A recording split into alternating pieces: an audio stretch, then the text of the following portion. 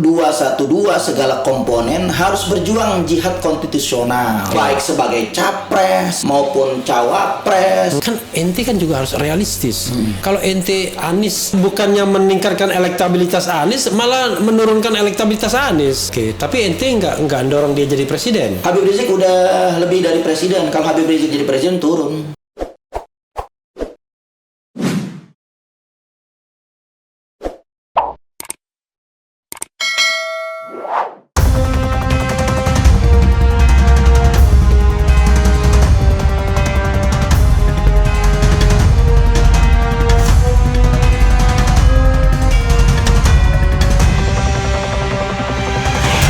Assalamualaikum warahmatullahi wabarakatuh, sobat era sekalian. Jumpa lagi kita di channel yang keren ini, Keren Cadas ya. Biasanya saya begini, Keren Cadas.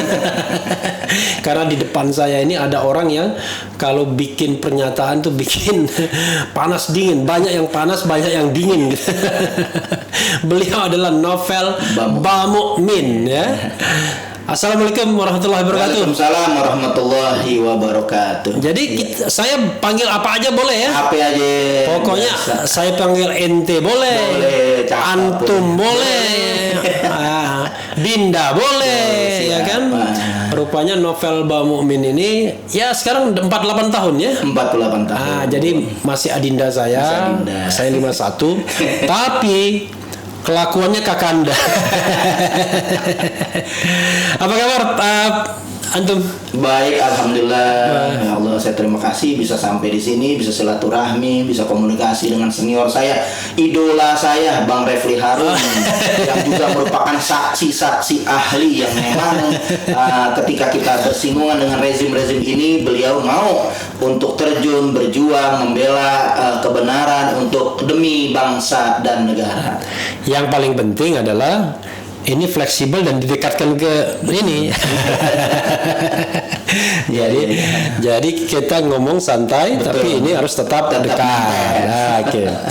Jadi saya juga panggil Bung juga ya, karena kalau Bung itu saya sering mengatakan kalau Bung itu berarti masih punya kesempatan untuk menjadi calon presiden. Insyaallah. Hari ini rame luar biasa. Makanya ini calon wakil presiden. Makanya 212. Makanya Ane mau tanya ini ya. Tapi sebelum Ane tanya, coba ya. Ane sebutkan dulu beberapa hal yang ente itu kadang-kadang bikin pernyataan, waduh, gila-gilaan ya. Coba lihat. Sekjen PA 212 Novel Bamukmin klaim didukung 130 juta rakyat, cocok dampingi Anies nyapres. Luar biasa ya. Nanti tapi antum boleh bilang wah itu nggak benar tuh. PA 212 tegaskan ogah dukung PDIP. Novel Bamukmin siap jadi wakil presiden. Kayak Caimin dulunya ya. Caimin kan cuma siap jadi wakil presiden. Betul. 1 Muharram diundur. Wasekjen PA 212 sebut Menak bikin gaduh dan obok-obok besar Islam. Wah, luar biasa ya. Novel Bamukmin sebut rezim kesetanan, Pancasila dan agama kedok komunisme gaya baru. Nah, ini khas benar ya Novel.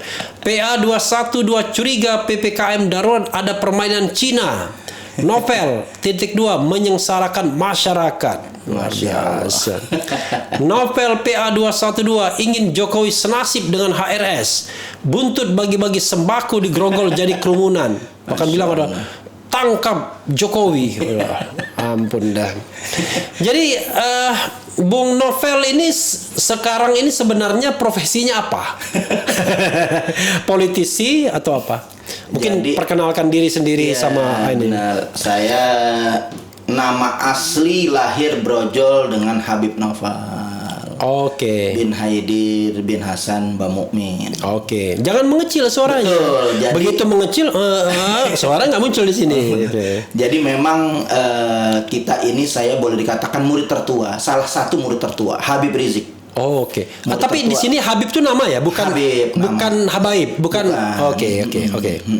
Jadi murid tertua, salah satu murid tertua Habib Rizik. Jadi sebelum Habib Rizik ada FPI, Habib Rizik pulang dari Saudi, saya sudah mengaji karena memang sekolah saya SMP di Petamburan. SMP di Petamburan yang memang satu kampung sama Habib Rizik di Tanabang. Habib Rizik Petamburan, saya di Karet Kubur, ya nggak jauh dari sekitaran Karet Kubur itulah. Gitu. Nah, makanya saya ngaji dengan beliau sampai lahirnya FPI sampai saat ini. Ya dasar daripada saya memang murid beliau yang memang dididik untuk menjadi ustadz. Iya. Menjadi dai, menjadi orator, dan itu saya jalanin sampai detik ini. Profesi, maksudnya kewajiban yang saya jalanin sebagai hamba Allah yaitu sebagai dai. Oke. Dakwah. Jadi baru belakangan setelah saya tersangkut kasus hukum, Ya. sempat dipenjarakan dalam kasus Ahok, baru saya keluar dari penjara. Saya sudah sarjana dan saya mengambil pendidikan PKPA. advokat lah sekarang. Advokat, ya. Sudah disumpah. Sudah disumpah. Oke. Sudah sumpah, sudah selesai lah itu urusan semua, udah beres. KTA sudah punya, BAS sudah ada, sudah lama. Nah, Oke. makanya ketika itu keluar penjara, saya target yang memang kita melihat dari awal muasalnya negara ini gaduh setelah adanya Ahok. Karena itu Oke. tidak proporsional, tidak berkeadilan. Karena biar bagaimanapun DKI Jakarta ini adalah masih kental religiusnya, kental kebetawiannya, yang memang pemimpin gubernur dan wakil gubernur memang harus profesional dan ada dimanapun juga sama. Di negara, di kampung-kampung atau di daerah-daerah yang bermayoritas Kristen, kita nggak pernah ganggu gugat. Memang haknya mereka menjadi gubernur. Jadi proporsional, tersistem benar-benar kita menjunjung keadilan. Nggak pernah kita ganggu gubernur-gubernur non-muslim di wilayah memang mayoritas non-muslim gitu. Nah, kita juga meminta waktu itu DKI. Jadi jauh-jauh hari 2012 kami FPI, saya sekretaris FPI DKI waktu itu. 2012 sekretaris FPI DKI, Ketua Habib Salim Alatas, itu kita sudah demo. Karena jabatan wakil gubernur itu ketika itu akan memegang jabatan-jabatan keislaman. Takbir. Allahu Akbar. jadi bukan baru. Saya melawan Ahok jadi bukan baru. Bung Novel ini belum saya tanya apa-apa langsung ngegas gigi 4 langsung. Jadi memang kita ini dididik, diajarkan Habib Rizik memang untuk menjaga negara ini dengan berketuhanan yang Maha Esa. Ketuhanan Maha Esa manapun nggak boleh sebenarnya dihinakan, nggak boleh. Makanya kita bingung, negara ini seperti kita sudah melihat negara ini sudah menjadi surga buat penista agama. Saya melaporkan pertama Ahok. Kenapa Ahok bisa dipenjara? Karena di demo berjuta-juta, berjilid-jilid mulai. Saya laporkan Ahok tanggal 6 bulan 10 2016. Ya. Saya lapor Habib Rizik kagak direspon, baru 14 bulan 10 aksi bela Islam yang pertama 14/10 tuh 2016 baru habis 1 juta orang di depan Mabes Polri. Nggak direspon lagi. Ada aksi bela Islam lagi yang kedua 4/11 4 juta orang di depan istana, terjadi kericuhan, terjadi penembakan gas air mata. Di situ pingsan Syekh Ali Jabir, pingsan Kiai Haji Muhammad Arifin Ilham. Yang kita meminta waktu itu adalah orang pelaku penista agama ini untuk dukung. Sampai 2016 itu mencapai 7 juta orang. Jadi memang laporan saya yang pertama direspon Habib Rizik, kemudian direspon ulama, semua dikumpulkan sehingga timbul puncaknya 2012 2016 7 juta orang, baru Ahok bisa ditumbangkan, baru Ahok kalah pilkada, baru Ahok bisa masuk penjara. Nah, selebih itu saya melaporkan juga Sukmawati, sudah 2 kali saya datang ke MUI, kemudian juga saya melaporkan ada Ade Armando yang sampai saat ini sebenarnya Ade Armando menjadi tersangka karena SP3 udah gugat, harusnya Ade Armando itu ditangkap gitu karena SP3-nya sudah dibatalkan dan itu berlaku sekarang ini menjadi tersangka. Begitu juga ada kasus yang namanya Victor Leskoda saya laporkan, begitu juga yang namanya Abu Janda, yang namanya ada beberapa tokoh-tokoh yang menista agama yang Indonesia ini nggak boleh ketuhanan Maha Esa dinistakan oleh siapapun, oleh agama apapun, nggak boleh. Nah, kita di sini melihat rezim ini luar biasa menjadi pendukung penista agama. Dan Ahok itu pun cuma hanya dijerat 2 tahun. Padahal dulu kasus-kasus sebelumnya saya melaporkan juga yang membawa FPI untuk melaporkan, yaitu Ahmad Musadek, penista agama. Itu di zaman Soeharto, di zamannya yang Jawa Barat itu Ahmad Musadek. Nabi palsu yang mengaku-ngaku nabi itu dijerat 4 tahun penjara dia. Dan artinya mereka dijerat pasal 156A dengan maksimal. Nah, Ahok ini walaupun sudah di demo berjutaan orang cuman 2 tahun kurang dengan remisi yang ada ini juga nggak ketahuan. Saya belum pernah nengokin bisa ada apa kagak itu di penjara di Makobrimob ketika itu. Nah kita melihat. Lagian antum ngapain nengokin? Nggak Kita akan mau diterima. pengen tahu ada gak di dalam, ada gak di dalam tuh manusia, ya kan?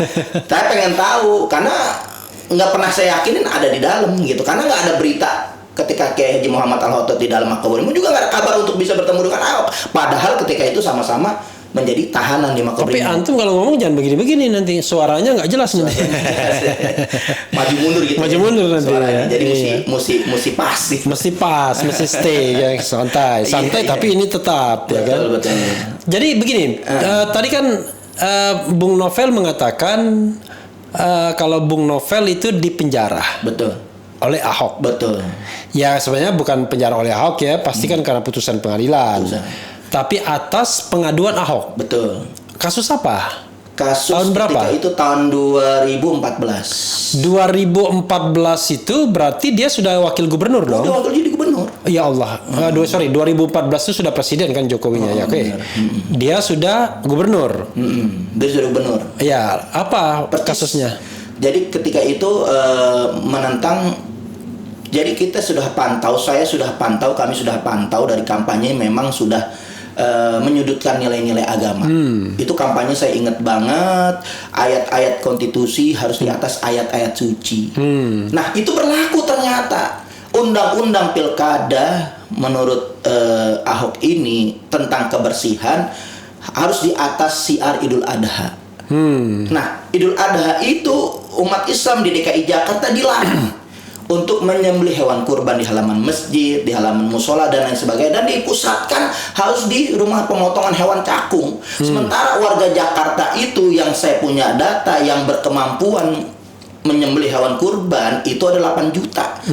Kalau 8 juta ditaruh rumah pemotongan cakung itu antriannya bisa kayak bisa 212 7 juta orang. Bagaimana kambing bisa sepanjang begitu lurus? Kan nggak masuk akal. Ya kan akhirnya kita melakukan protes aksi damai yang memang sudah 2 kali. Yang kedua kali itu kondisinya memang harus saya selaku sekretaris PDKI Jakarta yang memang mengurusi izin seperti itu. Oke. Dibikin untuk kita izin di balai kota, tapi dikondisiin dengan oknum-oknum aparat digeser, digiring untuk di depan DPRD, dan terjadilah bentrokan yang memang dipancing oleh oknum aparat itu yang melemparkan sambitan batu mengenai daripada laskar, terpancing terjadi kerucuhan. Begitu terjadi kerucuhan 16 orang laskar masuk penjara. Saya menyusul 2 hari 5 hari berikutnya baru masuk penjara gitu. Dan itu yang lebih dahsyatnya lagi, mereka menegakkan agama, mereka menjaga kampung mereka menjaga nilai-nilai syiar Idul Adha, mereka harus dipenjara dengan babak belur. Mereka terluka dengan sangat parah, dilemparin gas air mata di dalamnya, akhirnya ada yang sakit di dalam, yang itu nggak pernah diungkap sama media. Jadi antum ini ketika menjawab pertanyaan itu langsung takbir terus. Padahal kita ingin tahu kronologisnya, masalahnya apa, kasusnya apa. Jadi waktu itu 2014 kemudian antum demo karena soal penyembelihan itu, dan kemudian dianggap apa? Provokasi. Dianggap ketika itu provokasi. Padahal provokasi sebenarnya pasal 160. Pasal 160 KUHP. Kenanya berapa tahun? Kenanya tuntutan waktu itu ada langsung di 8 bulan kalau nggak salah. Vonis 6 bulan, 7 bulan 10 hari. Oke, 7 bulan 10 hari. 7 bulan 10 hari itu potong masa tahanan? Nggak ada potongan. Sehari sedetik pun nggak ada. Bahkan kita tapi sudah melebihi. Karena kita tahanan titipan. Oke. Tahanan titipan di Polda Metro Jaya. Berapa hari? 7 bulan 10 hari. Enggak, titipannya. Itu 7 bulan 10 hari full di situ. Nggak pakai dipindahin kemana-mana. Karena kalau pakai dipindahin pasti kita dapat remisi. Oke, maksudnya maksud saya gini. Waktu sebelum vonis, antum nggak ditahan? Ditahan. Jadi begitu kejadian mereka ditangkap, saya disuruh menyerahkan diri, saya menyerahkan diri. Begitu dari situ di penjara, ya udah 7 bulan 10 hari percis di dalam penjara full. Iya, artinya kan waktu vonis itu potong masa tahanan dong. Udah potong tahanan karena vonis kita melihat sidang waktu itu sudah ada, saya terbengkalai 4 bulan Yang P21 itu 2 bulan, kemudian perpanjangan penahanan lagi 20 hari lagi, 40 hari lagi, jadi 4 bulan. Begitu penjalanan sidang 6 bulan setengah, 2 bulan setengah, 6 bulan setengah kan. Iya. Tinggal begitu diponis tinggal ngejalanin sisa tahanan. Iya, itulah namanya bukan full namanya. Itu potong masa tahanan. Oke, karena potong masa tahanan jadi tapi kalau dihitung semuanya 7 bulan. 7 bulan 10 hari. Oke. Dan antum nggak melakukan banding atau kasasi yang Enggak. Oh, langsung terima. Karena tinggal beberapa hari aja, tinggal I beberapa see. hari pulang. JPU tidak banding dan tidak banding kita juga. nggak JPU. Karena waktu itu kita meminta sebenarnya Ahok dihadirkan, Ahok nggak dihadirkan. Kenapa nggak banding? Padahal Habib Rizik itu ngotot sekali banding. Iya, kan waktu itu kita melihat ya udahlah udah 6 bulan, ada 6 bulan 7 bulan. Bukan, maksudnya JPU-nya. JPU-nya kan sama Habib Rizik kan tegal banget tuh, Po. Jadi sampai pengacara kita banding. waktu itu, ya itu termasuk Bang Ajis pengacara saya. Oke. Ajis Januar itu pengacara saya. Pak Tuan Kota. Oke. Itu termasuk Bang Munarman, ini pengacara saya. Termasuk Abdurrahman Marsi. Oke, jadi almarhum, itu pengacara 2014, 2015 keluar. 2015, Mei 2015 keluar. Oke, berarti waktu gonjang-ganjing 2014 Pilpres. September, sorry. September. Pilpres masih ada ya? Masih ada. Oke. Iya, tapi kok kesannya kenapa Anda seperti dendam sekali sama Ahok? Banyak yang melihat, memandang seperti itu. Iya. Padahal ini bukan dendam. Cinta dan benci itu karena Allah. Jadi nggak boleh kita dendam dosa besar. Nggak boleh kita berdendam. Akan tetapi kalau memang suatu kewajiban itu sudah menyerang agama dengan nilai-nilai agama dan juga itu ada di konstitusi, di undang-undang pasal 156 ada. Artinya kita menjunjung nilai agama konstitusi, harus kita jalanin. Harus kita juga proses orang-orang yang memang seperti Ahok ini arogansinya yang luar biasa, dan ternyata arogansi ini sudah menyerang agama, bukannya baru, 2008 udah serang agama. Al-Maidah sudah dibawa-bawa, karena ketika saya di sidang itu kayak sudah kumpulkan dalam catatan kami itu ada 8 kali Ahok menyerang agama. Oke. Gitu. Tapi kan dia kan sudah dihukum 2 tahun. Betul. Dan banyak pengikut Ahok menganggap dia itu korban, kan begitu? Kalau saya dengar Fajrul Rahman kan pernah diskusi sama saya, kan korban dia. Nah, pertanyaannya adalah apakah Anda merasa sudah cukup? Kalau saya melihat nggak membuat efek jerah, karena masih melontarkan kata-kata yang tidak menjadikan kita ini untuk bersatu. Ya oke lah, tapi kan itu kan kebebasan dia. Betul. Kan nanti Anda juga bilang suka memecah belah juga. Anda kalau bikin pernyataan kan gila-gilaan tuh. Pernyataan kita kan kita melihat Jokowi tangkap. nilai-nilai. Lalu Amin Rais apa kemarin itu yang soal Amin Rais itu dipelintir, kalau Amin Rais dipelintir. Oh, dipelintir. Saya cuma wawancara satu media, nggak taunya sudah dipelintir sedemikian rupa. Bukan, ente nggak mengatakan Amin Rais PKI enggak pernah, sama sekali. Itu nggak pernah saya. Itu dipelintir. Dipelintir. Okay. Padahal bukan ditujukan kepada Amin Rais, kepada orang-orang yang memang kita melihat ini membunuh secara biadab, secara brutal. Itu kan tindakan-tindakan PKI kejam. Seperti itu gitu. Itu diarahkan seperti itu. Tapi kalau masalah untuk statement Amin Rais, yang memang saya sampaikan juga saat ini tidak mewakili. Tidak mewakili kami, tidak mewakili, boleh dikatakan tidak mewakili daripada PA212. Padahal mohon maaf, Amin Rais ini masih ada ketika itu di struktur jabatan di PA212. Tapi dengan pernyataan itu, saat ini saya jelaskan, Amin Rais sudah dinonaktifkan untuk tidak lagi di PA212. Sebagai apa dia di PA212? Dewan Penasehat. Oh, Dewan Penasehat. Ketua PA212 kan Selamat Marif. Selamat Marif. Oke. Anda kalau ngomong itu sebenarnya lebih punya tendensi mewakili apa? PA212 atau suara pribadi atau organisasi akta atau apa? Organisasi PA212. Oke, jadi kalau misalnya Novel Bak Mukmin mengeluarkan statement, lebih cenderung atas nama dominan atas PA212. PA212. Ngomong-ngomong di PA212, PA itu persaudaraan alumni 212 ya, yang mereka yang melakukan demo 212. Nah, selain itu kan antum di mana lagi selain di PA212? Ada di Ketua Bidang Dakwah di GPMI Pusat, DPP GPMI, Gerakan Persaudaraan Muslimin Indonesia. Gerakan Persaudaraan Muslimin Indonesia itu organisasi yang lain lagi ya? Organisasi yang lain lagi itu dulu besutan almarhum ketua umumnya baru belum lama kena COVID. Ya. Beliau menjadi insya Allah syahid akhirat. Amin. Kena COVID, wafat. Kiai Haji Asli Ridwan digantikan sekarang oleh Bang Sarip Hidayatullah. Oke. Sebelumnya Bang Gogon. Oke. Sebelumnya itu Gogon siapa? Gogon pelawak itu bukan? Bukan. Ahmad Sumargono. Ahmad Sumargono.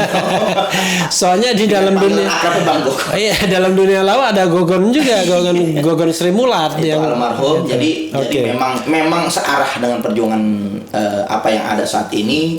Begitu juga di Akta saya jadi wakil ketua. Akta itu advokat cinta tanah air. Ketuanya Habibur Rahman. Ketuanya Chris Ibnu, Bang Habibur Rahman itu ketua pembina. Oke, karena dia sudah DPR. Ketua DPR. Begitu juga di TPUA, ketua Bang Egy Sujana saya wakil ketua. TPUA itu tim pembela ulama dan aktivis. Oke, yang mengajukan gugatan ke PN 212 yang gugat Jokowi. Bukan, kok PN 212, PN Jakarta. PN Jakarta. Jadi kalau ingat P, udah ingat 212. Oke, PN Jakarta Pusat. PN Jakarta Pusat. Menggugat Jokowi. Itu diktumnya apa? Kalau kita melihat gugatan itu ditujukan untuk apa ya? Untuk secara konstitusi. Oke. Secara konstitusi kita melihat berdasarkan seharusnya TAP MPR nomor 6 tahun 2001 seharusnya memang presiden yang sudah tidak dipercaya oleh rakyat seharusnya mengundurkan diri. Wajib mengundurkan diri. Lalu minta sama majelis hakim di situ agar mengeluarkan keputusan. Mengeluarkan keputusan untuk putusan. Oke. Untuk memerintahkan untuk Jokowi ini turun jabatan sebagai presiden. Jadi langsung putusan pengadilan negeri. Maunya seperti itu. Nanti hasilnya kan kita nggak tahu. Tapi tadi beberapa kali sidang Jokowi nggak pernah hadir. Ya nggak akan hadir sampai kapanpun. Ya banyaklah kasus-kasus yang kita sadari. Saya pun kasus saya terhadap Ahok juga di pengadilan nggak pernah hadir. Karena sibuk kali jadi gubernur. Kan sama Gus Nur juga nggak pernah hadir juga yang ini. Oh iya, Gus Yakut nggak hadir. Kiai Haji Said Agil Sirot nggak hadir. Sebenarnya menguntungkan terdakwa dengan ketidakhadirannya karena dia nggak bersaksi, nggak bisa memberatkan terdakwa. Tapi tiba-tiba antum bilang lagi nih, saya siap atau nggak ngerti ya siap atau ditunjuk atau apa jadi wakil presidennya Anies Baswedan. Betul. Jadi kita melihat sosok Anies. Sebentar dulu, jangan betul-betul dulu. Betul. Pertama, saya belum mau membahas Aniesnya, tapi antum dulu ente kan. Siap. Kan ente tiba-tiba mengatakan kalau ente didukung. Siapa yang dukung? PA212 dukung ente. Insya Allah nanti keputusan final dukung-mendukung itu nanti ada di Istimewa Ulama. Istimewa Ulama 2024 ketika memang harus diputuskan menjelang Pilpres. Istimewa Ulamanya 2023 dong. Iya, 2023. Kan pendaftaran kan. Kalau memang 2024 bisa juga ketika sudah mepet penetapan calon Pilpres ya mungkin bisa ya paling cepat 2023 artinya 2 tahun lagi bisa. Kalau Istimewa Ulama siapa itu yang harus maju dari Spirit 212 dari komponen 212 kan banyak tuh komponennya 212. Nah, siapa nanti? Nah, saat ini saya melihat Wapres yang sekarang ini kita melihat tidak mewakili. Tidak mewakili dari keulamaannya, jangan ke sana dulu, ke ente dulu. Jadi tiba-tiba ente mengatakan bahwa ente jadi wapres. Betul. Gara-gara ada calon dulu. Bakal calon lah, ya. Jauh kan masih bakal calon. Bakal aja belum tentu jadi bakal. Iya. Capres aja belum tentu cawapres. Ente nggak bisa bilang bakal calon sekarang, karena kan bakal calon itu orang yang sudah daftar. Kalau sudah daftar. Kalau bakal itu sebelum daftar. Kalau dia daftar. Kalau dia Nah. daftar itu namanya bakal calon. Kalau sudah ditetapkan KPU calon. Iya. Kalau sudah menang calon pemenang. Atau calon terpilih. Oke. Jadi ya katakannya calon karena mau menggunakan bakal calon pun nggak tepat juga. Nah, Antum menyebut bahwa antum mau mendampingi Anies. Betul. Itu gara-gara respon terhadap wacana Anies Puan. Benar. Jadi kita melihat ini Anies Puan yang bilang tuh Damai Hari Lubis loh. bukan Anies, Kan- Anies Puan ya benar. Iya kan, Damai bilangnya Lubis. Puan Anies, Effendi Simbolon. Effendi Simbolon. Kata si Damai Hari Damai Lubis, oke-oke aja, tapi Di dibalik. balik Anies Puan. Anies Puan. Tapi tiba-tiba PA21 bilang nggak bisa kita sama Puan gitu. Tiba-tiba muncul nama Novel Bamukmin yang menggantikan Puan Maharani. Gimana ceritanya itu? Udah ngomong sama Ustadz Slamet Ma'arif segala itu. Jadi kita komunikasiin ya di grup, mereka alhamdulillah dukung, memang bahkan dari Dr. Haikal Hasan Oke. langsung menyampaikan untuk 212 segala komponen harus berjuang jihad konstitusional. Oke. Baik sebagai capres maupun cawapres, caleg ataupun calon bupati apapun kita harus raih kursi untuk bisa kita sama-sama berkiprah politik secara dalam konstitusi gitu. Itu arahan daripada kita melihat Dr. Haikal Hasan untuk memang seperti, dan itu sudah diserukan juga oleh Habib Rizik. Dia juga emang kita harus jihad konstitusional. Oke. Masuk ke dalam, mulai Termasuk- dari tingkat RT sampai presiden harus kita berani. Termasuk jihad Nah, itu adalah jadi calon. Kenapa?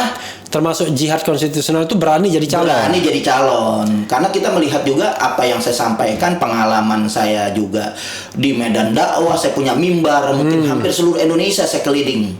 Kalau Oke. dakwah hampir seluruh Indonesia, begitu juga saya biasa juga dari penggiat media, begitu juga saya juga praktisi hukum yang memang saya ingin menegakkan hukum yang saat ini hukum tercabik-cabik, ulama dikriminalisasi, ketidakadilan yang sangat begitu timpang, sehingga saya terpanggil yang memang juga pendidikan saya sampai S2 yang insya Allah mudah-mudahan 2024 udah jadi doktor insya Allah. Insya Allah ya. Oh, Iya. ente S1-nya di mana? Dari mana? S1 Universitas At-Tahiriyah, sarjana hukum Islam. At-Tahiriyah. At-Tahiriyah. At-Tahiriyah di mana? At-Tahiriyah di Kampung Melayu. Kampung Melayu. Lalu S2-nya dakwah, dakwah? MSOSI. Apa di mana? Itu di Asyafiyah. Oh, Asyafiyah ya di Bekasi betul. ya. Oke. Di Bekasi, Jatiwaringin. Iya.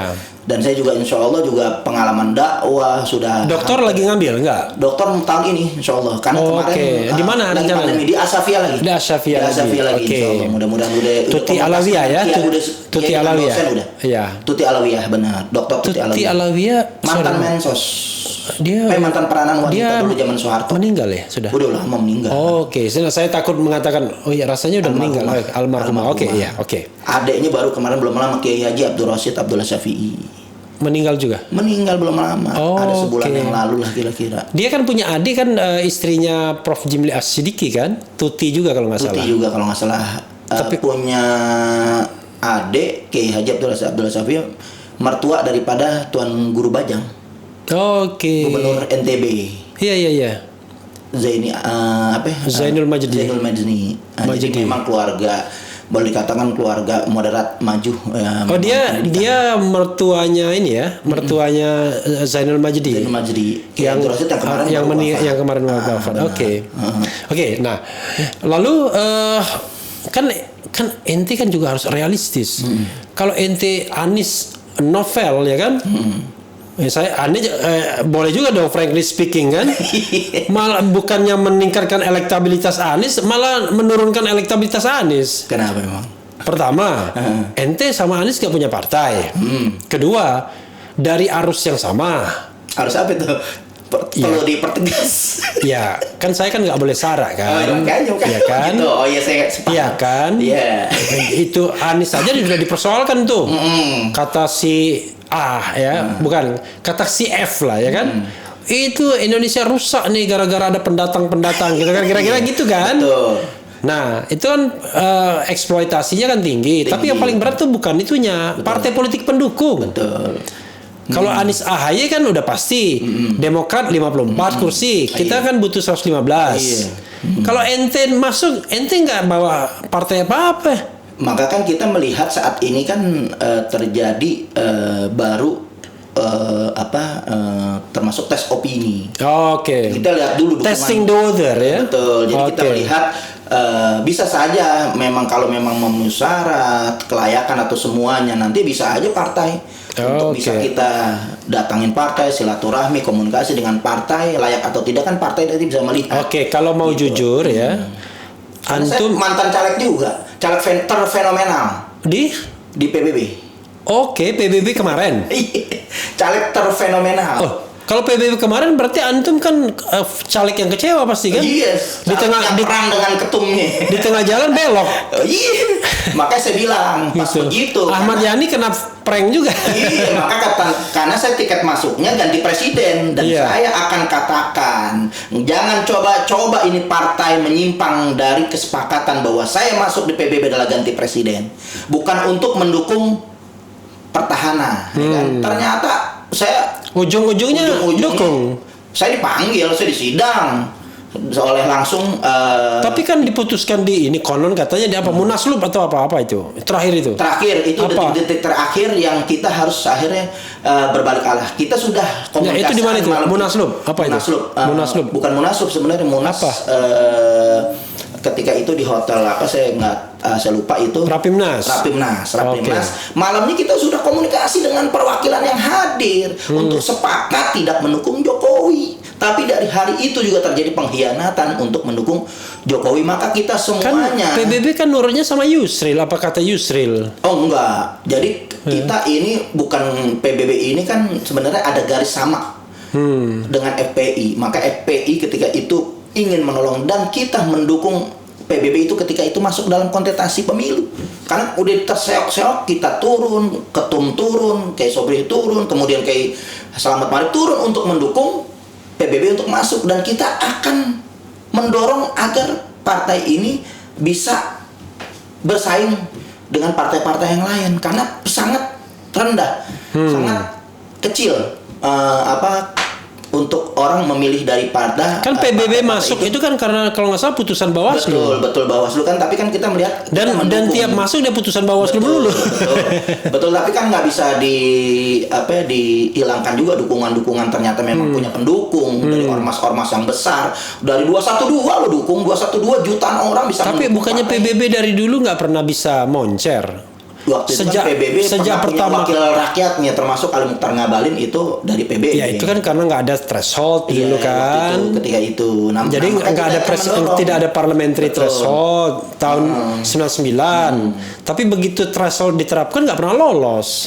Kalau memang seperti itu kan ada juga yang kita melihat partai yang lebih gede boleh dikatakan yang tiap hari nongol di TV, Perindo aja gak masuk, PSI juga gak masuk, jangan salahkan PBB juga kalau nggak masuk. Tapi kan dia baru satu kali ikut. Betul. Kalau ini kan sudah sejak tahun 99 ikut.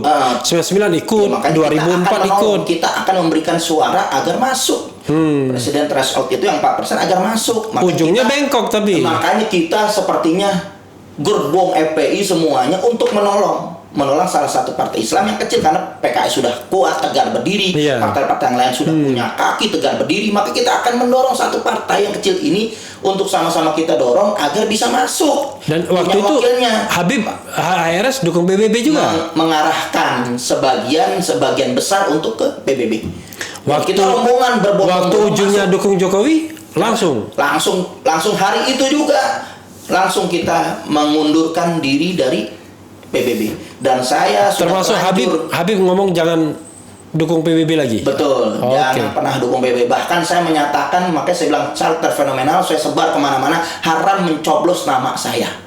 Oke. Haram, karena satu suara yang memilih saya dipakai suara itu untuk mendukung Jokowi, untuk mendukung kelompok-kelompok penista agama. Oke. Artinya juga untuk mendukung kriminalisasi Habib Rizik. Bahaya suara saya dipakai untuk mengkriminalisasi guru saya sendiri. Makanya saya bilang haram nyoblos nama saya. Jadi Kan suatu dosa waktu menyoblos itu nama kan saya. belum ada kasus Habib Riziknya. Udah Habib Rizik udah di Saudi bagaimana? Iya, enggak maksudnya Iya, kasus Rizik yang sudah menjadi target yang rentetan dituduh dengan berbagai macam pasal, berbagai macam kasus, berbagai macam perkara. Oke. Itu sudah diarahkan kepada Habib Rizik. Maka Oke. saya bilang sangat berbahaya suara saya dipakai untuk dimasukin ke dalam kelompok-kelompok pendukung penista agama ketika itu. takbir. Allah Akbar. Ente semangat banget. Iya, makanya saya bilang saya pengalaman di kancah politik ditawarkan beberapa partai di Perindo, saya ditawarkan Wah, berkali-kali. Perindo tawarin ente Perindo, juga. saya tawarkan Perindo. Keren sekali ente bisa ditawarin Perindo. Iya. Kalau ada ente- beberapa orang tokoh ketua Kalau ente Perindo mas DKI saya kalau ditawarkan. ente masuk Perindo bisa jadi komisaris BUMN tuh. Karena Arya Karena saya Sulilingga punya dari sini garis Perindo. perjuangan yang jelas, ya saya tolak lah, nggak bisa masuk di situ. Bahkan partai yang memang bergerak berjuang walaupun bukan partai Islam juga, karena kita membantu untuk partai yang kecil ini masuk. Saya tolak juga dari Partai Gerindra karena saya ada di akta itu salah satu bernaung di orang-orang di Gerindra. Nah, saya tanya lagi sekarang, oke ya, kan ente kan akta. Advokat cinta tanah air. Dulu akta itu identik betul dengan perjuangan Prabowo dan Gerindra. Pokoknya anti Ahok, anti Jokowi dan lain sebagainya. Tapi ujung-ujungnya gabung juga Gerindra. Jadi Habibur Rahman kalau ditanya agak mikir-mikir juga dia kalau kritik-kritik kan. Gimana? Jadi kita melihat jangan salah, Gerindra itu. Jadi ente dihianati sebagai caleg oleh partai PBB, anggap aja begitu ya. Dihianati kalau sebagai itu advokat. mungkin seperti itu dihianati, tapi sekarang kenyataannya mereka justru Gerindra ini ada di kita.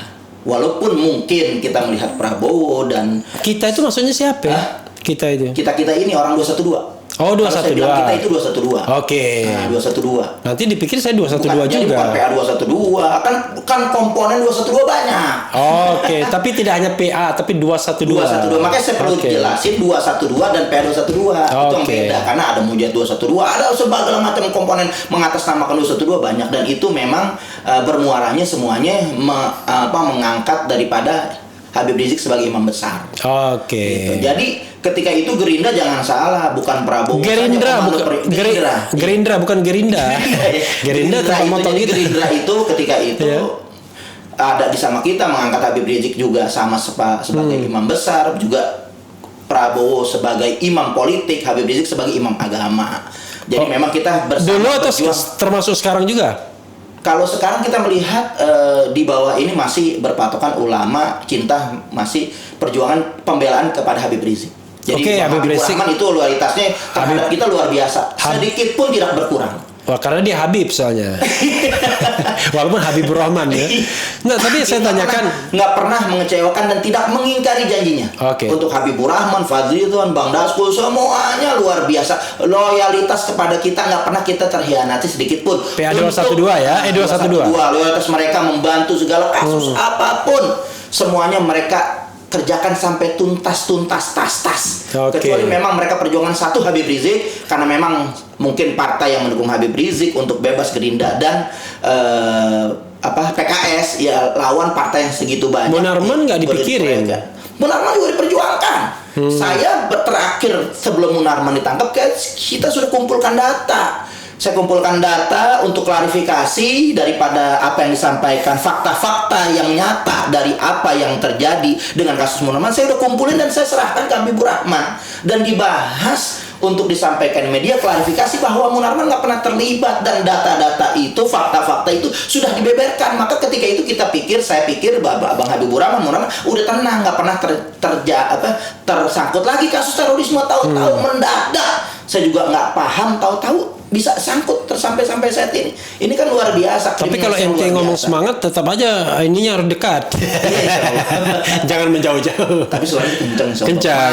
Masuk. Kalau masuk iya, tapi nanti gelombangnya nggak rata. Tapi bagus itu ya kan. Karena hidup itu kan perlu riak juga. Jatuh bangun, maju mundur. Iya. Tapi gini. Aneh tadi kan ente bilang soal imam agama Habib Rizik, imam politik Prabowo masih itu. Imam kalau politik sampai saat ini kita politik belum punya panduan siapa lagi pimpinan politik. Loh, bukannya antum sudah mengarah ke Anies ke 212? Itu kan masih belum resmi. Belum resmi. Bisa terjadi pergolakan sampai 2020. Belum ada ijtima ulama. Belum. Ini kan baru, namanya juga kita lempar tes opini di masyarakat seperti apa. Saya bilang Anies nggak terkerek turun ke bawah karena Anies itu dibesarkan oleh 212. Iya, jadi justru dengan suara 212 mereka sebenarnya 212 itu sudah menang pemilu karena memang putusan MA yang digugat Rahmawati memang kubu Jokowi itu melakukan kecurangan. Sekarang ente kan harus juga konsisten. Ente tadi mengatakan haram memilih saya karena suara saya bisa mendukung rezim. Betul. Suara doang loh itu dianggap haram. Nah ini Prabowo masuk kabinet gimana? Iya, jadi kan kita melihat itu taktik strategi mereka.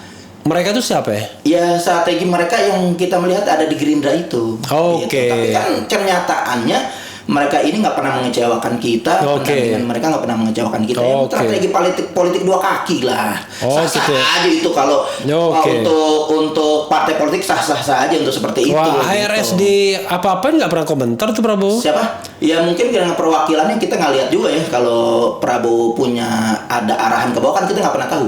Oke. Sekarang saya tanya, diemnya itu bisa banyak diartikan. Tapi yang pasti di bawahnya semuanya orang-orangnya baik yang anggota DPR ataupun siapapun bersama-sama kita sampai saat ini. Ini pertanyaan saya, ente masih percaya sama Prabowo? Kalau untuk secara pribadi, saya nggak bisa mengatakan percaya atau tidak.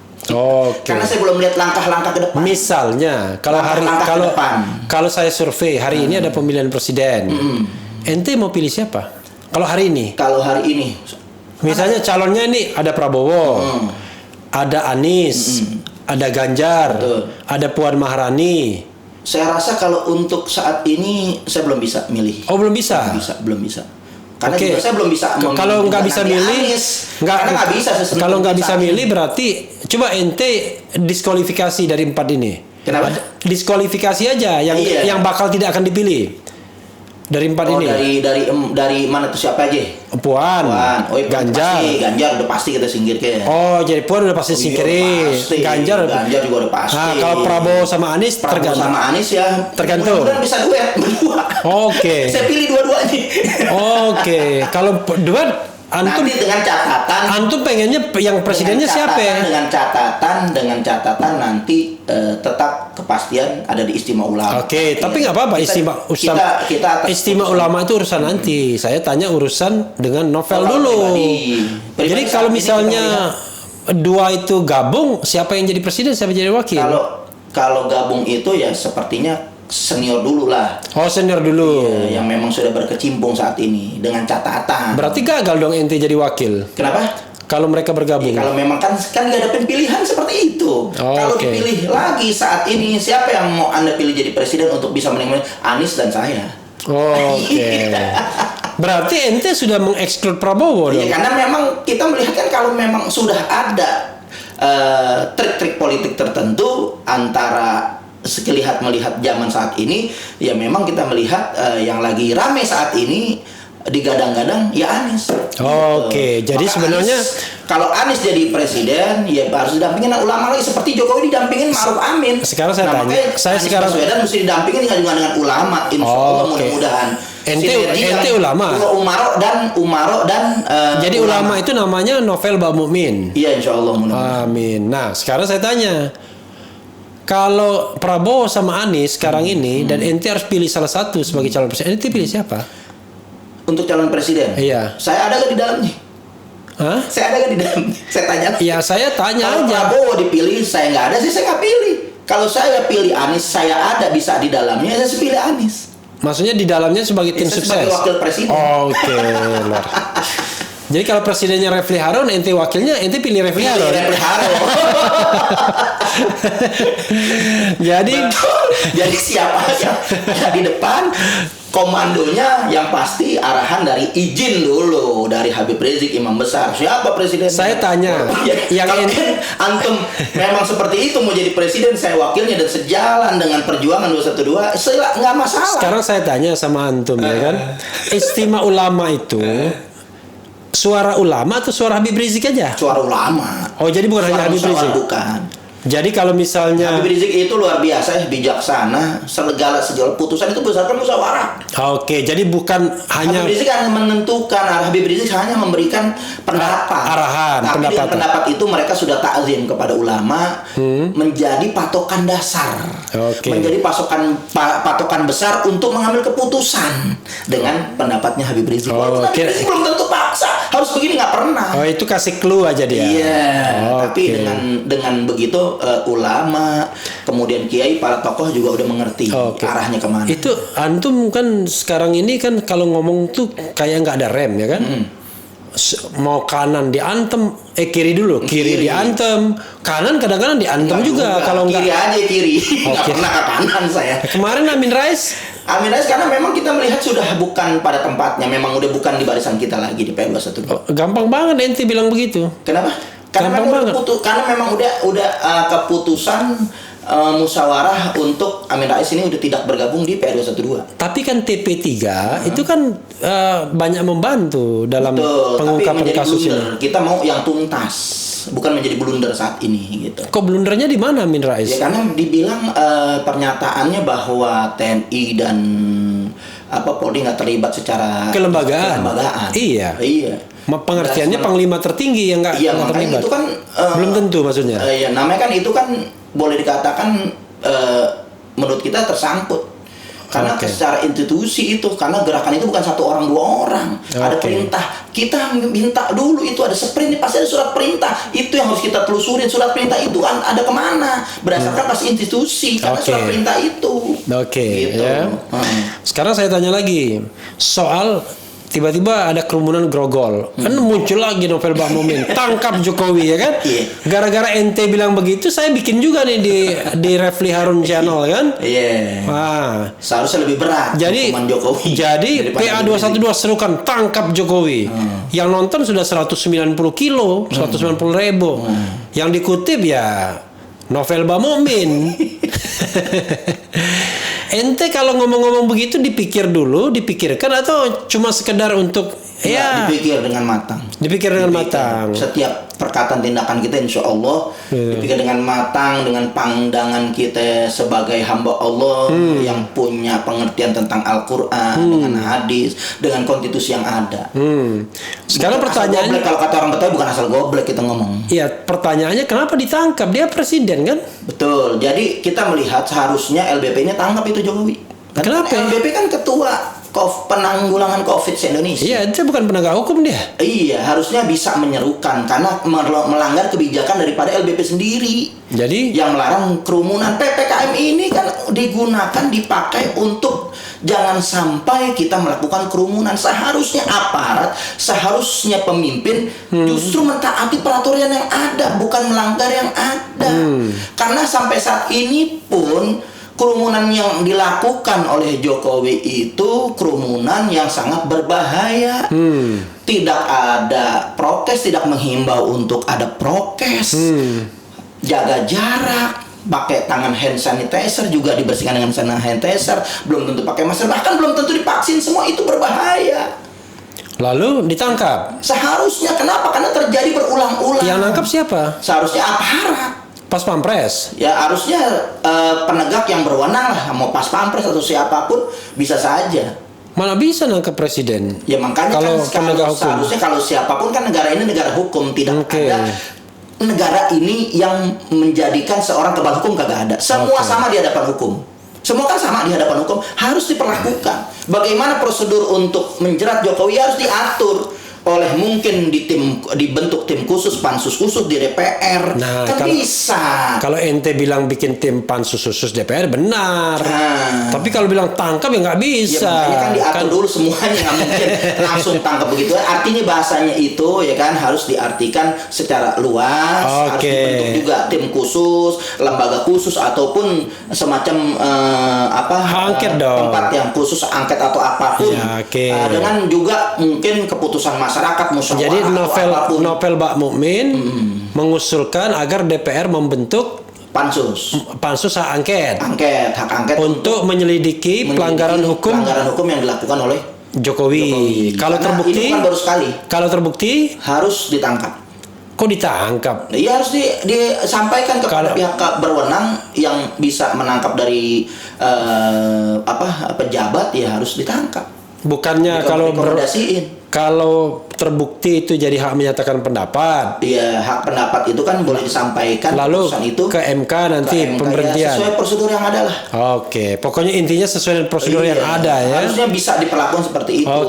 Kan kalau presiden mungkin ada yang korupsi atau melakukan pelanggaran secara inkonstitusional, kan bisa semuanya ada proses hukum yang memang harus dijerat hukum, yang memang semuanya sama di hadapan hukum gitu. Antum ini ngomong begini pernah diintimidasi nggak? Oh, sering. Banyak banget. Saya ngelaporin Ahok ada 20 kali saya diteror. Teror yang paling berat bentuknya apa misalnya? Teror macam-macam lah, orang datang lah segala macam. Dan alhamdulillah saya lagi nggak pernah ada di rumah. Oke. Teror itu datang belum pernah ada di rumah. Yang paling berat apa terornya misalnya? Ada beberapa orang datang memang malam-malam itu bikin kegaduhan di depan rumah saya.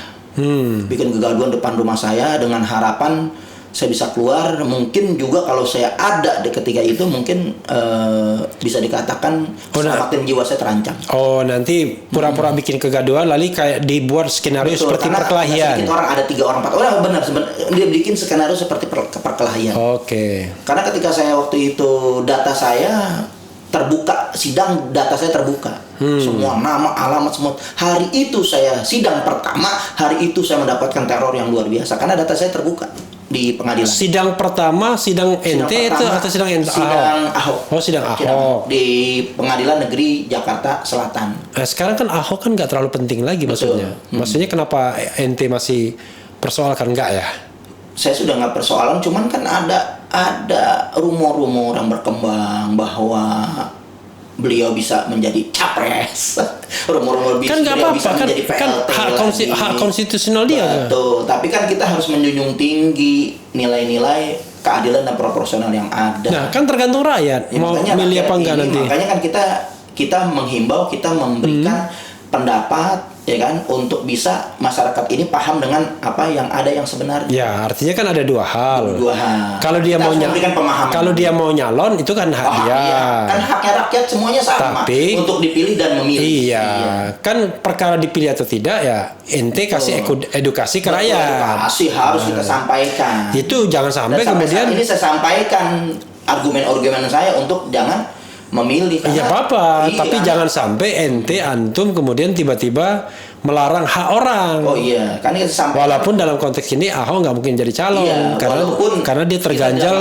Tapi kita terganjal pernah dihukum. Dampak-dampaknya. Oke. Iya, Tapi kan dia terganjal ya. Terganjal. Jangankan untuk jadi capres, untuk jadi menteri pun nggak bisa sekarang. Kalau undang-undangnya nggak diubah, karena menteri itu kan tidak boleh pernah dihukum karena melakukan tindak pidana dengan ancaman hukuman 5 tahun atau lebih. Nah, Ahok begitu. Oke. Ente lahir tanggal berapa? 15 Desember 1972. 15 Desember 1972. Oke, 15 Desember 1972. Lahir di mana? Jakarta. Jakarta di Petamburan. Enggak, nggak jauh di Petamburan. Yang pasti Kecamatan Tanah Abang. Oh, kan Petamburan Kecamatan Tanah Abang. Antes ente bener-bener anak Jakarta. Anak Jakarta, Betawi, Tulen, karena nenek saya lahir, bapak saya udah lahir temurun-temurun di DKI. Oke, jadi antum asli, kalau nenek moyang dari Yaman. Kalau nenek moyang mungkin berapa keturunan ke atas saya keempat mungkin dari Yaman. Dari Yaman ya, tapi kakek orang tua lahir di sini. Orang tua kakek udah lahir di sini. Kakek lahir di sini. Dan nenek asli Betawi. Kakeknya orang tua kakek juga lahir di sini. Baru mungkin generasi ke sana. Kesananya baru. Oke. Tapi kalau dari ibu, dari bapak maupun ibu, dua-dua saya punya nenek Betawi asli. Oke. Betawi asli karena memang. Oh, jadi nggak ada campur-campurannya ya? Nggak ada. Jadi antum kalau orang tua itu udah campuran berarti ya? Orang tua campuran. Kalau yang dari bapak udah campuran. Dari bapak, dari ibu? Dari ibu juga campuran. Campuran. Apalagi ke ente lebih campuran lagi ya? Iya, campuran. Apalagi saya punya istri pribumi. Oke. Asli. Orang mana? Betawi. Orang Betawi. Benar, Betawi. Anak ente pribumi juga. Sebenarnya nggak relevan lagi bilang pribumi dan non pribumi itu ya. Karena kan semua warga negara Indonesia kan sama. Sama. Jadi saya ingin tanya terakhir ini begini.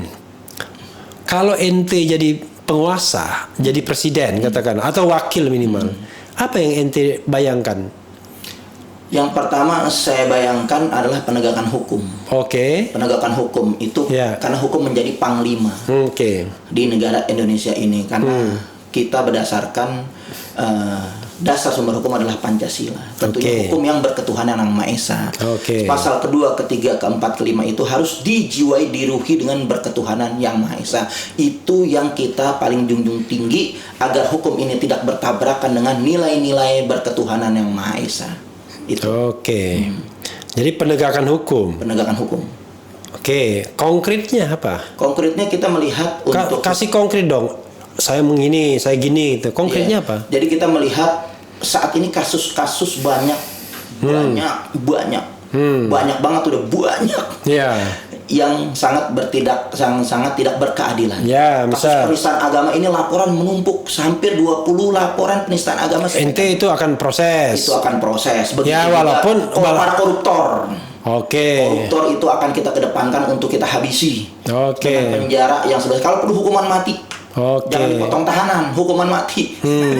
Dengan hukuman mati. Begitu juga ulama-ulama yang dikriminalisasi harus dibebaskan. Karena dasarnya lahir Pancasila itu ada rumusan ulama, warisan ulama yang 350 tahun sebelum ada NKRI, sebelum ada TNI, sebelum ada Polri, ulama yang berjuang untuk ulama yang dikriminalkan siapa? Habib Rizik satu. Siapa lagi? Kemudian Kiai Sobri Lubis, ada Habib Idrus, ada Ustaz Muhammad Suradi, udah Ubaidillah, ada Haji Munarman dan lain sebagainya. Loh, itu kan sudah bebas nantinya. Kenapa? Sudah bebas.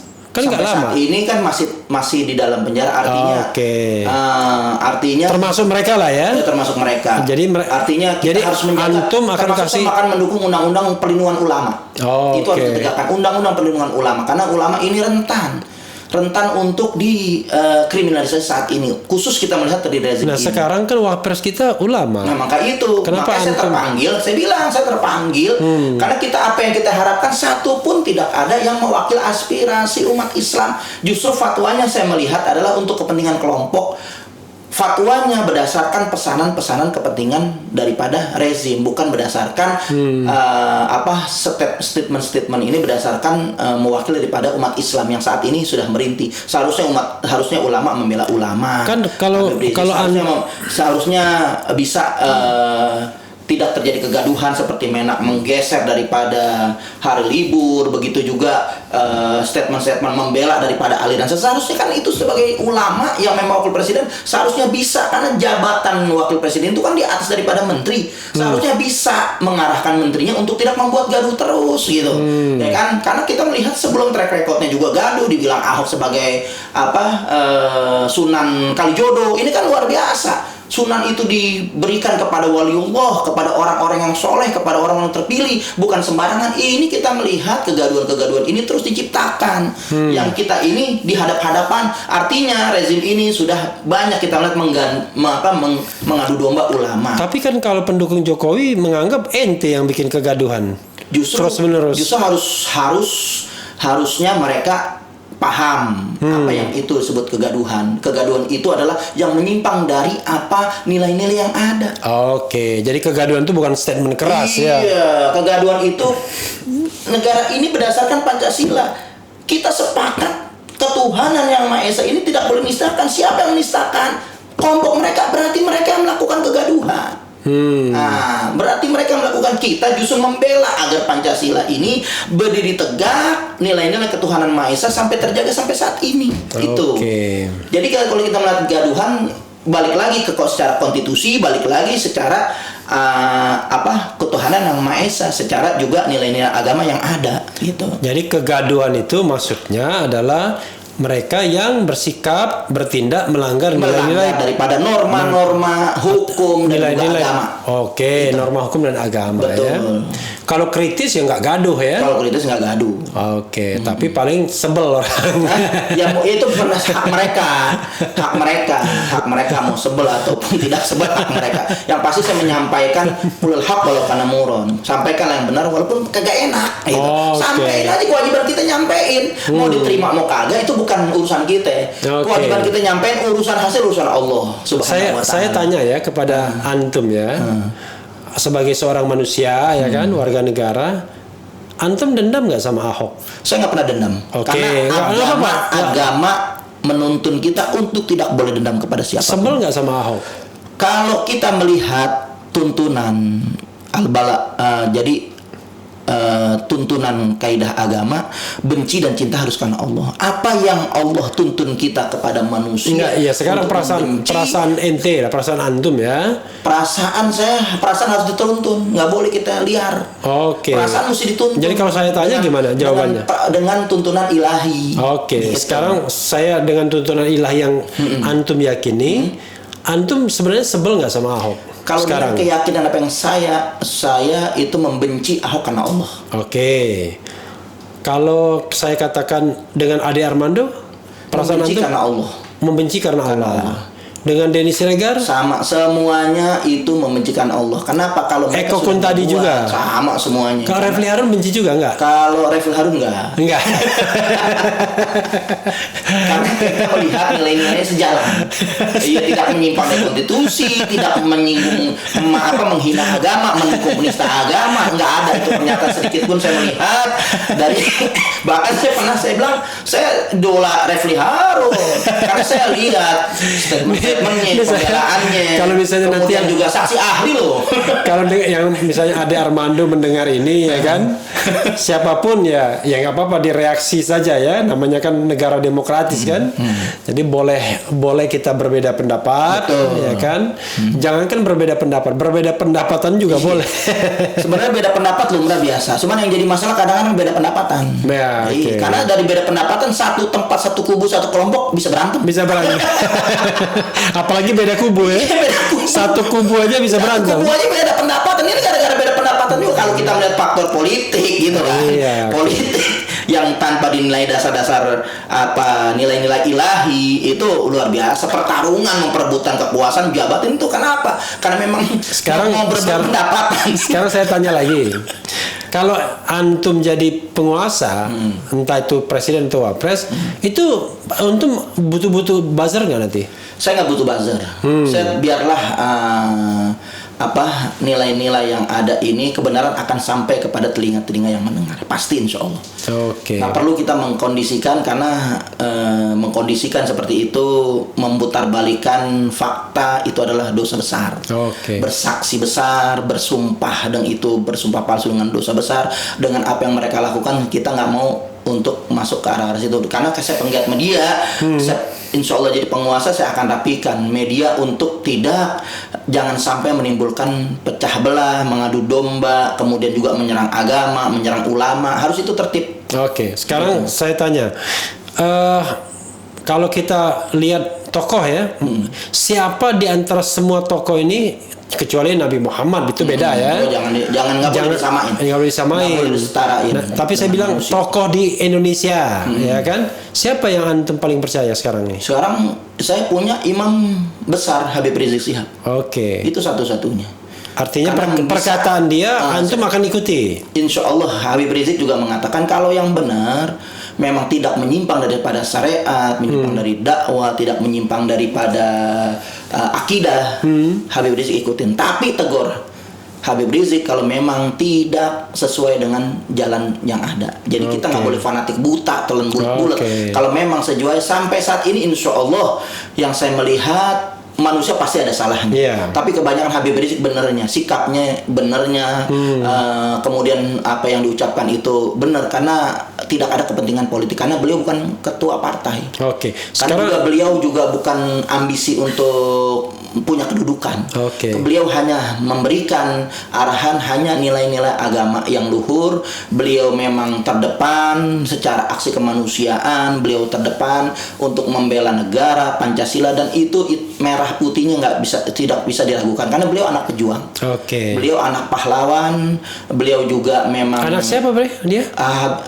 Anak pahlawan yang memang bapaknya Habib Rizik ini punya orang tua ditembak Belanda. Tembak Belanda. Oh, ayahnya Habib Rizik. Habib Hussein. Itu punya orang tua. Habib Hussein itu pahlawan. Oh, Habib Hussein. Zaman kemerdekaan memang udah berkecimpung sebagai bapaknya langsung. Bapak langsung Habib Rizik. Bapak Habib Rizik namanya Habib Hussein sih. Habib Hussein. Itu pejuang. Jadi kita udah akuin Habib Rizik darah pejuang dan mau luar biasa dari keturunan dari keturunan neneknya itu ada keturunan Betawi, Pitung bahkan. Boleh dikatakan, Pitung, ya? boleh dikatakan pahlawan Betawi Pitung yang memang punya daya gempur itu luar biasa. Pejuang Betawi. Kalau Babe Ridwan Sadi bilang pitung itu tukang begal aja katanya. Ya itu kan menurut satu pandangan ya. Tapi Iya. kalau kita melihat ini orang Betawi ini, Pitung ini adalah tokoh yang pasti. Itu tokoh fiktif atau tokoh ada benar? Ada ya? Karena keturunan masih ada begini, keturunan langsung ya, keturunan dari langsung darah dari Yang bilang Pitung Bapak. yang sering disebut Bang Pitung itu, yang suka pakai peci merah Ya, itu. banyak keturunan yang pakai belakang nama Pitung-Pitung ya keturunan Pitung, Eki Pitung, Jan Oh, Pitung. Eki Pitung itu. Iya. Itu keturunan Pitung benar. Keturunan Pitung. Kalau Habib Rizik kan dari garis ibu. Oke. Itu pun kakeknya Habib Rizik itu punya nenek atau enggak berhubungan dengan yang ketemu dengan pamannya Pitung. Gitu. Oke. Ya ada nyambung lah, kalau dipikir-pikir ada nyambung lah seperti itu. Ente Gitu. Jadi nilai-nilai nasionalisme Habib Rizik tinggi. Oke. Tinggi karena bapaknya juga kita identik dengan nasionalisme. Bapaknya justru bukan yang sibuk dengan yang sorban. hari dengan sorban, nggak tinggal jas sama dasi hari-hari dengan kopiah hitamnya. Itu bapaknya Habib Rizik, nasionalisme tinggi. Oke. Maka Habib Rizik ini kita melihat jiwa nasionalisme tinggi, ilmu agama juga mumpuni, yang memang Allah berikan keberanian, kecerdasan, semuanya kita melihat ada di Habib Rizik. Oke, tapi ente nggak dorong dia jadi presiden? Habib Rizik udah lebih dari presiden. Kalau Habib Rizik jadi presiden turun. Oke. Karena imam besar itu, Habib Rizik imam besar. Bukan lagi saya pribadi bukan lagi imam besar umat Islam Indonesia, tapi imam besar umat Islam di dunia. Yakin sekali ente? Saya yakin sekali. Oke. Karena jadi ente karena umat Islam nggak dorong dia jadi presiden, apalagi wakil presiden cuma. Enggak. Oke. Jadi beliau biarlah menjadi imam besar, menjadi pendidik kita, menjadi guru bangsa kita, menjadi guru besar kita. Karena umat Islam yang paling terbesar di dunia adalah Indonesia. Dan Indonesia mempunyai imam besar umat Islam di Indonesia, artinya menjadi imam besar walaupun umat India Islam di dunia. mengatakan mungkin jangan-jangan besar mereka, cuman nggak kehitung aja di India itu. Jangan-jangan besar umat Islam di India, Karena jangan-jangan. juga memecahkan rekor yang terdahsyat, belum ada sejarahnya. Saya pelajari sejak manusia diciptakan, sejak dunia diciptakan, saya belum pernah ada manusia selain Habib Rizik yang bisa mengumpulkan sampai 13 juta orang 2018. Oke. Penjemputan manusia paling terbesar di bandara saya belum pernah dapatkan channel Habib Rizik. 2018 itu 212 terakhir ya? 212 terakhir sebelum Pilpres. Oke. Jadi 2016 212 itu 7 juta orang. 2017 karena memang sudah selesai pilkada turun 3 juta orang. 2018 karena memang ada perhelatan akbar mau Pilpres itu 13 juta orang. Begitu 2019 terakhir sebelum ada corona itu hanya hampir 2 jutaan. 2 juta. 2 juta. Jadi puncaknya di 2018. Ente yakin tuh 13 juta gimana itu cara ngitungnya? berdasarkan data yang ada. Google itu Earth itu menghitung semua berdasarkan Square meter gitu. square meter. Karena satu Monas itu menurut pengelola Monas itu full 800.000 orang. Tinggal kita pindahin aja. Sampai di mana itu skalanya? Kita tinggal pindahin aja 800, nih 800.000, ini penuh di sini, tinggal pindahin aja. Menghitung kasar juga kita bisa kalkulasinya, dan itu data bukan sembarangan gitu. Dan kadang dibantah oleh data-data internasional bahwa terjadi fenomena yang paling terbesar di dunia ada di Indonesia. Walaupun pers nasional nggak memberitakan. Bantu pun nggak pernah memberitakan, tapi semuanya nggak pernah terbantahkan dengan data mereka bahwa sekian mereka nggak bisa. Tetap kita sampai saat ini 13 juta orang itu data yang real. Antum anak berapa orang? Ada 4. 4. Yang tertua? Tertua sudah 25 tahun. Oh, 25 tahun? Iya, kan saya nikah baru umur 22 tahun udah nikah saya. Oke. Sambil kuliah, sambil nikah. Tapi berhenti mulu. Dari istri yang berapa? Yang lain? Istri satu. Oh, yang sama? Sama semuanya. Oh, jadi 4 itu satu istri? Oke. 4 itu satu istri. Oke. Saya nanya serius, siapa tahu ente kan ada 2 atau 3 mungkin kan nggak apa-apa kan? Iya. Gitu. Oh, jadi dari usia berapa berarti nikahnya? 22. Dari tahun berapa? 95. Oh, 95 ya? Iya, 95. Oh, duluan antum nikahnya dari saya. 95 nikah, kemudian langsung dapat anak. 296 Dapat anak. Dapat anak kosong sebulan baru Juni kan saya September, Iya. ketemu Juni. Perbedaan waktu 10 bulan 11 bulan di antara September sampai Juni. Oke. Istri orang mana? Orang Betawi Asli tadi? Betawi. Asli Betawi Nggak ya? jauh dari rumah saya juga, masih sama-sama orang Karet. Oh, Sama-sama oke. orang Karet. Oke. Karet Kubur Tanah Abang sini. Jadi 25 tahun, nomor 2? Nomor 2 20 tahun. Persis 20 tahun, nomor 3? 21. Nomor 21. 3 baru masih semua pondok, semua di pondok pesantren 1 2 3 di pondok, yang sekarang masih di pondok. Oh, belum nikah? Belum, Ya. semua belum nikah. 25 tuh perempuan cowok? Semua anak saya laki semua. Ya ampun. Yang kebenaran nomor 2 saya Jagoan namain Habib semua? Rizik.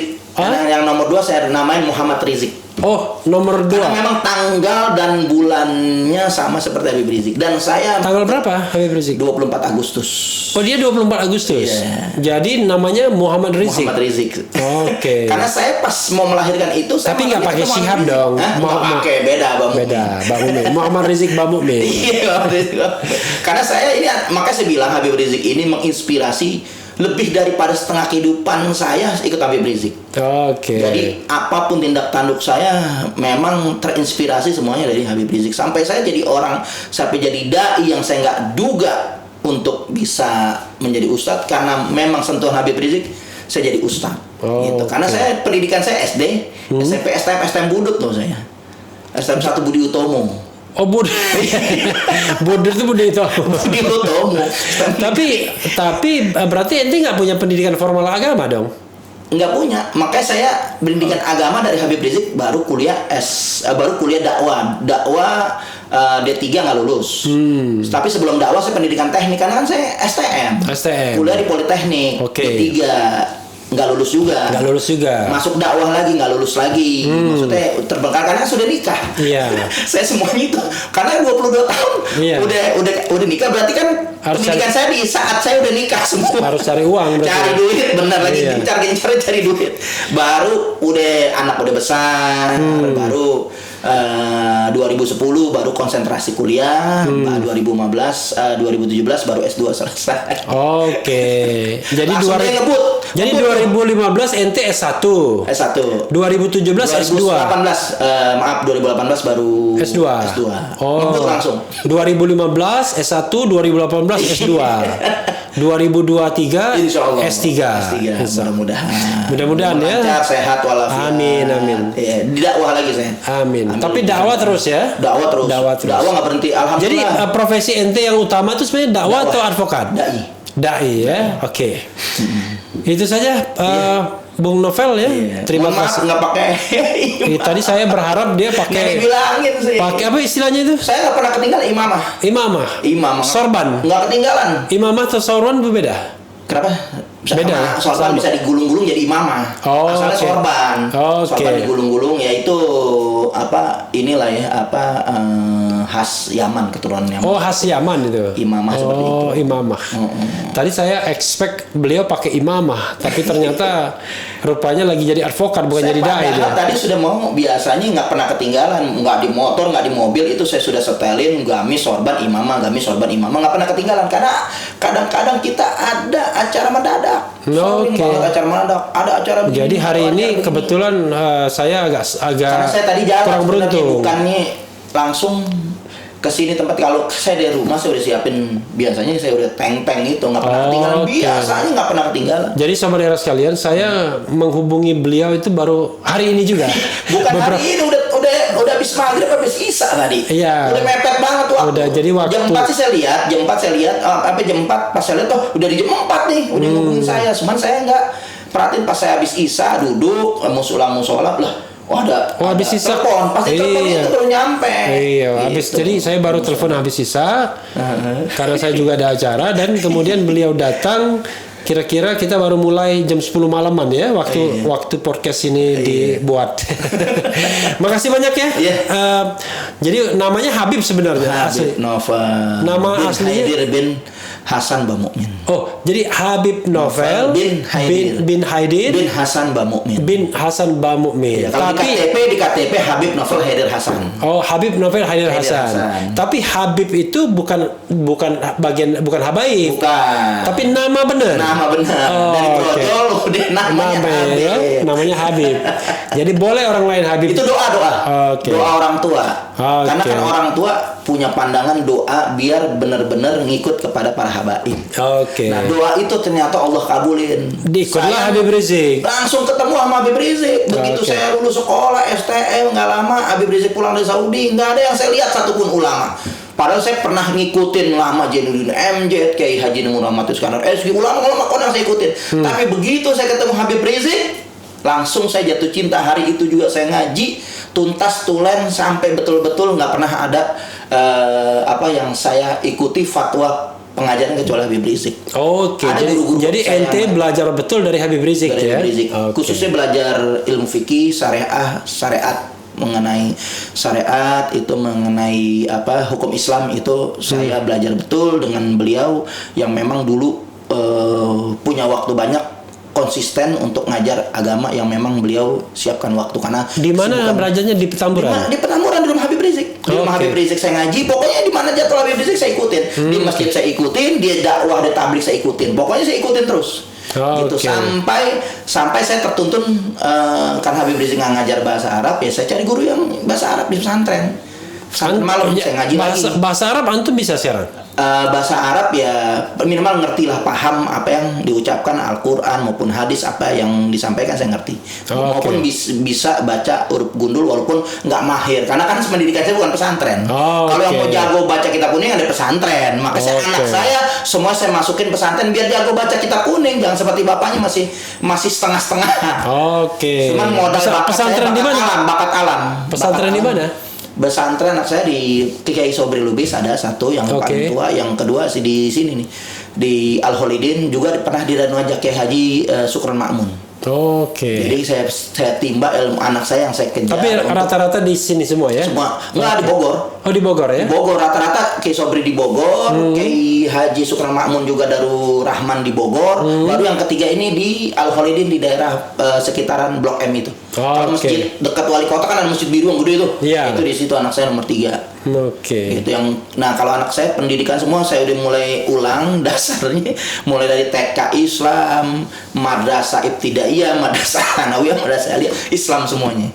Biar betul-betul bisa melanjutkan perjuangan saya, melanjutkan perjuangan Habib Rizik yang betul-betul insya Allah kalau kita didik agama menjadi apapun, menjadi polisi yang beriman, menjadi TNI yang beriman, menjadi apapun insya Allah yang beriman bertakwa, karena punya modal dasar pendidikan agama itu penting. Oke, tapi dia ilmu dunia juga ya? Ada ya? pasti mereka di pesantren diajarin ilmu dunia, bahasa Inggris. Makanya anak saya didik yang memang bisa pesantren modern, bahasa Arab dan bahasa Inggris. Dan anak saya yang pertama bahasa Arab dan bahasa Inggris luar biasa. Jago ya? Jago. Bukan anak Parto aja yang bisa bahasa Inggris ya. Tapi anak novel juga. Karena kan? saya nggak tahu seperti ini menjadi ustadz, saya nggak pernah menjadi. Gara Habib Rizik saya jadi ustadz. Berkah melihat mukanya Habib Rizik, saya nggak pernah jadi. Cita-cita saya belajar ngaji doang, nggak pernah cita jadi ustadz. Tambah karena ngeliat Habib Rizik sering dakwah, tahu-tahu ya saya terpanggil untuk bisa dakwah. Ternyata punya bakat alam, ada ilmu laduninya. Kalau dikatakan apa ya, ilmu yang mendadak begitu tuh, yang bisa langsung spontan aja. Yang saya nggak pernah belajar, tentu bisa. Banyak yang belajar dakwah nggak jadi dakwah juga, banyak yang pesantren nggak dakwah juga. Karena memang saya bakatnya langsung terekam karakter Habib Rizik dakwahnya, saya spontan apa yang saya pikirin keluar, gaya saya semuanya ceramah seperti Habib Rizik. Jadi sebelum ada yang lain, saya dididik langsung sama Habib Rizik, dididik untuk bisa naik mimbar. Itu saya ingat di pendidikan pesantren Ramadan, Habib Rizik buka di rumahnya selama sebulan. Nah saya di situ dididik untuk bisa ceramah, untuk bisa berdakwah, untuk bisa menyampaikan dakwahnya itu di atas panggung. Dan Habib Rizik ketika itu respon besar kepada saya, karena dari sekian muridnya, alhamdulillah waktu itu saya satu-satu yang tahu Habib Rizik bisa mengikuti gaya Habib Rizik. Jadi jauh-jauh hari sebelum ada FPI. Ente nunjuk-nunjuk itu gaya Habib Rizik. Jadi sebelum ada FPI saya udah dakwah untuk berjuang meneruskan perjuangan Habib Rizik. Alhamdulillah beliau dikasih mantu Habib Hanif Alatas yang luar biasa dengan keilmuannya, dengan pendidikannya, ya kan, dengan masih energiknya, masih muda. Alhamdulillah ada penerusnya. Gitu. Habib Novel, karena ente Habib juga kan? Ada last statement apa? Jadi insya Allah mudah-mudahan kita punya sikap bahwa kita ini menjunjung ayat-ayat suci dan siap taat ayat-ayat konstitusi selama ayat-ayat konstitusi itu tidak berseberangan dengan ayat-ayat suci. Selama pemimpin kita, penegak kita menegakkan ayat-ayat konstitusi, tidak bersinggungan, tidak menyimpang konstitusi, maka kita tidak maka kita akan tunduk dan patuh kepada pemimpin kita yang menegakkan ayat-ayat konstitusi. Gitu. Sepanjang ayat konstitusi tidak bersinggungan dengan ayat-ayat suci. Itu aja. Ya, sahabat era sekalian ya, itu tadi dengan novel Bak Mukmin. Enak wawancara sama beliau. Saya cukup melihat beliau saja dan akan datang sendiri statement-statement mengalir. Terima kasih Habib Novel ya. Mudah-mudahan sehat-sehat terus. Mudah-mudahan seperti bisa berdakwah terus. Betul, ya. Insyaallah. Dan juga segera nanti bertemu dengan Habib Rizik. Mudah-mudahan cepat bebas juga. Mudah-mudahan kita doakan. Mudah-mudahan Habib Rizik bebas. Termasuk kasus-kasus yang sekarang ini. Mudah-mudahan terpanggil pemimpin kita untuk sadar, untuk sadar bahwa ulama harus dimuliakan. Gitu. Ya, saudara sekalian itu ya. Ya. Cia.